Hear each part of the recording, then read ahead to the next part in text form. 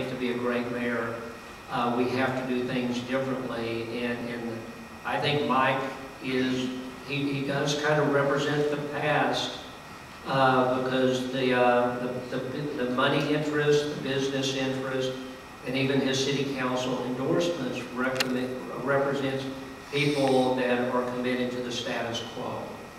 And I do think in the city of Dallas we have a great opportunity. We talked about the Dallas Cowboys Stadium last night, and I don't really want to, it's a done deal, but I think it presents a good case study of public investments. Whether you prefer to have one Dallas Cowboys Stadium where taxpayers spend $325 million, or you'd prefer to have 170 Bishop Arts districts. And I would opt for spending that $325 million to create 170 Bishop Arts districts throughout the city, and I believe that that is the most sustainable economic model.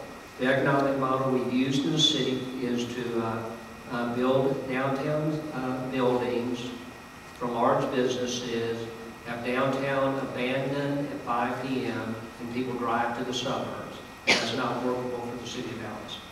You want to respond to that, Paul? No, obviously, the answer is we got to have both, okay? This is, as I've said before, Jim Collins has written, let's not live in the tyranny of the or. We got to have cowboy stadiums or good neighborhoods.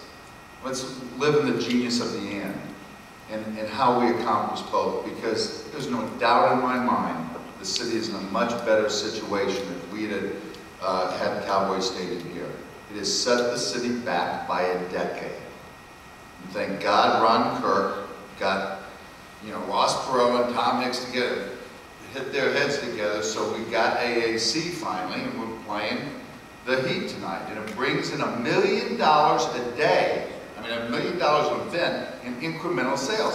If we'd have figured out how to get Cowboy Stadium in the southern sector, and it could have been done, and then put the right infrastructure around it, I believe we could have had both. Neighborhoods could have popped up, and the benefits of that. So we just have different points of view on that.